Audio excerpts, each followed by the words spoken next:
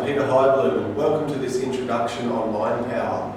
The brain researchers have found that we're probably only using around 5 or 10% of our brain's full potential, and we can all learn how to use more.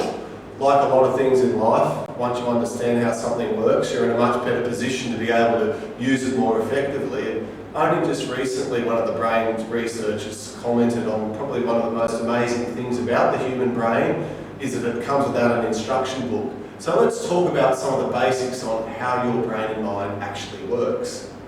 The brain researchers have found that our brain runs on electricity, around 4 watts of electricity, and there are 4 distinct levels that our brain operates in. They're shown on the chart behind me, but 2 are associated with being asleep at night, and they are theta and delta, and there are 2 levels that we operate in during the day. Now, the delta level of the brain is our deepest and slowest level. It operates from around 1/4 up to 4 cycles per second. And you've all probably experienced a person with their brain down in delta before. Have you ever had a member of your family fall asleep in front of the television and you've gone in and tried to wake them up? Chances are they're in delta. You walk in, you give them a shake and say, "Come on, time for bed." And as soon as you turn, their head drops, they're straight back off to sleep. Delta is a level of unconsciousness and coma, and it's the level we go into when we first go off to sleep at night, and we go into periodically throughout the night. Because we go into delta periodically throughout the night, it is actually technically possible to wake up in the morning and your brain's still in the delta level. If you wake up in the morning and your brain's in delta, it's cranky, irritable, and out of sorts types of feelings that we can have. If you've ever described yourself to somebody as, "I'm not really a morning person. I'm terrific at night, but in the morning, you've got to stay away, you've got to be careful." Chances are, you're in the habit of waking up out of delta. What's a lot more common is to wake in the morning with our brain in theta. So the theta level of the brain is our main sleep level. We all spend about 70% of the night with our brain's activity somewhere between 4 and 7 cycles per second. And because we're spending so much of the night with our brain in theta, it is very, very common to wake up in the morning with our brain still in the theta level. So if you wake in the morning and your brain's in theta, it's not really so much that you feel cranky or irritable, it's more that feeling that before you've even got out of bed, you feel like you haven't had enough sleep. You'd give anything for an extra 15, 20 minutes of extra rest. Have you ever woken up feeling like that? In fact, something interesting the brain researchers have found is that if we wake up in the morning with our brain in theta, often people are able to wake up just before their alarm clock goes off. Can you do that? Beat the clock? Often it's accurately right.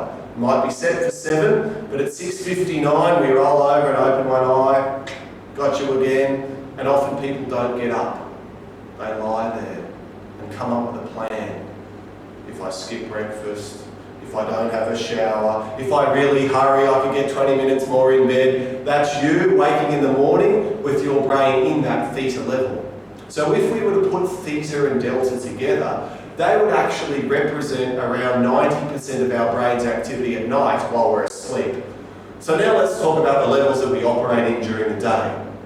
The level you would all be in right now is the beta level. Now, the beta level of our brain is our level of logic and reasoning and analysis. It's a level of the brain where we plan, we organise, and we take action. They call beta the intellectual level of the brain. While beta is a very useful level to operate in, we spend about 90% of the day in beta, researchers have found we get stuck in the beta level of the brain, and the weaknesses and drawbacks of so much of the day in beta are getting more and more common. Negative thinking, worry, stress are all symptoms of the brain being in the beta level.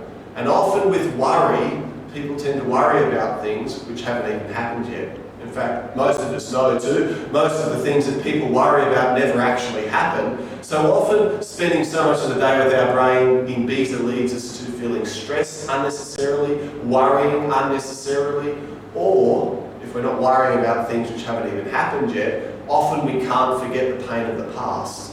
When we're alone and we have a moment, we can think about all our mistakes and all our regrets and all the times in our past where life has been tough.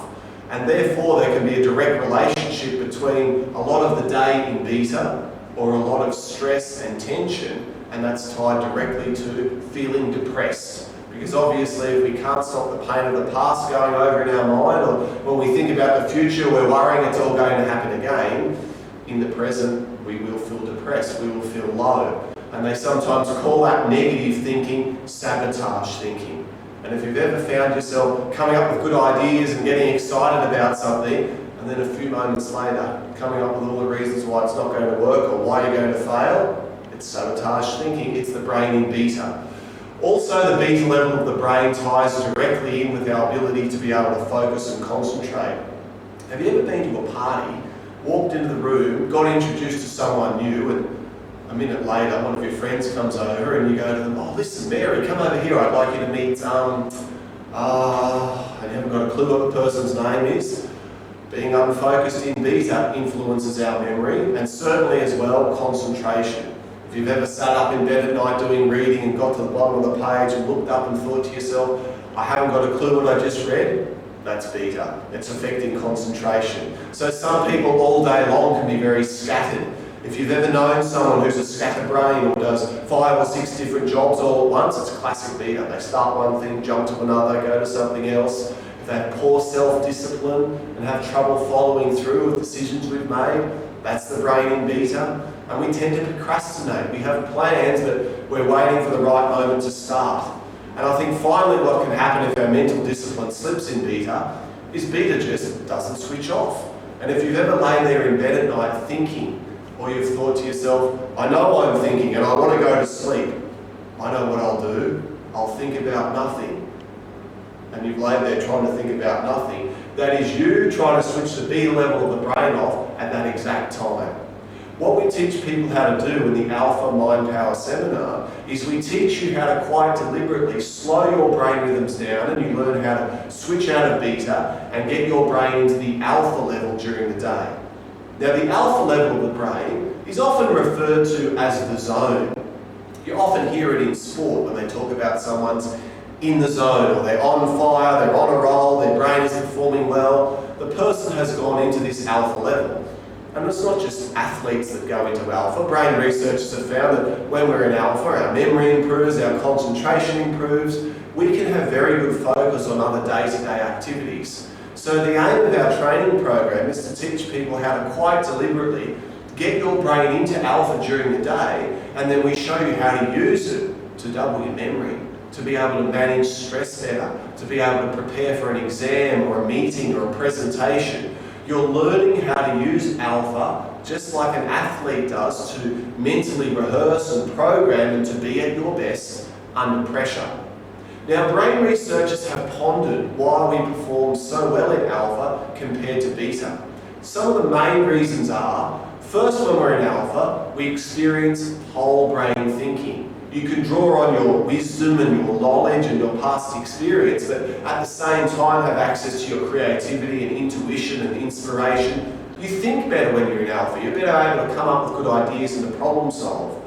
Secondly, when you're in alpha, the electrical activity in your brain changes. So instead of your little neurons firing off all over the place when we're in beta and we're desynchronized or we're a scatterbrain, when we're in alpha, all the neurons in our brain fire together.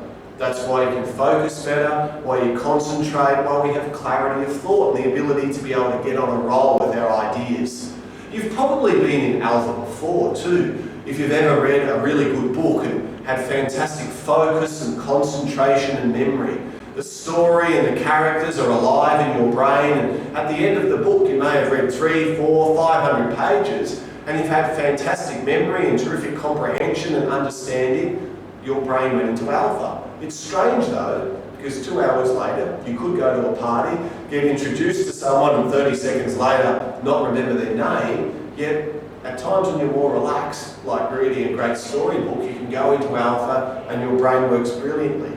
And of course it makes sense. If you've been able to read a book like that once, or do anything once in life, remember, if you've done it once, you should be able to do it again. And what we do is show you how to use alpha to improve your study habits, to be able to prepare for meetings and to be strategically performing better and being able to do this in stressful situations.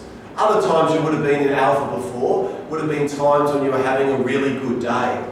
Ever had a really good day where you've been in a good mood and you've had loads of energy and you felt very positive? It would have been a day where you were slipping into alpha more frequently than you might normally do, and you probably weren't doing big things differently, but you worried less. You were a little bit more focused, you were more positive and took action quicker, and this led to you achieving more. Once you understand how to use your alpha level of the brain more in your day-to-day life, a lot of people often notice they're having a really good day a lot more consistently. The main benefit of using your alpha training though is not for doubling your memory or for being able to sleep better at night or to achieve your goals. It's actually that what people notice is they feel happier in their day-to-day life. Because the principles of using alpha are reducing your stress levels and being more focused on a daily level, what people notice in the bigger picture is they actually start to feel happier. They don't sweat the small stuff so much. So in other words, small things don't irritate them as much in their day-to-day life. And you may have just as much stress as before, or maybe even more stress in your life. But once you understand how to respond to stress rather than react to it, you're not only more effective as a person, you feel a whole lot happier. So the principles of alpha training actually help you to regain many of the abilities you had as a child. Your energy levels go up because you have less stress in your life, and often people notice their health improves dramatically. Less headaches, less migraines, less tightness in the neck, the back, a lot less stress responses. But also people notice that learning ability that they had as a child comes back to them. Young children often absorb and pick up on information so very, very quickly. And brain researchers have concluded that we can all learn how to double our memory and to be able to learn things faster, draw confidence out of yourself and to be a more effective person in your day-to-day life. And certainly, using the alpha level is something very easy to do, but once you know how. It's something which you learn practically. You don't get good at going into alpha through reading a book or listening to a CD. It's done best through practical training. And our 4-day training program gives you practical exercises, so by the end of the training program, you know how to get yourself into alpha, out of alpha, and apply it in your everyday life. We teach people how to actually use alpha when they're at work or driving the car or playing sport. No one actually notices you're doing anything any different, but you've just learned how to get your brain into a very focused level and perform deliberately at will to be a lot more effective in your day-to-day life. So certainly if you have more questions or more queries on alpha training, you can search us on alphadynamic.com.au, or you can contact your nearest information centre and perhaps keep an eye out for our local programs in your area. We present seminars throughout Australia and in Singapore and in nearby overseas countries as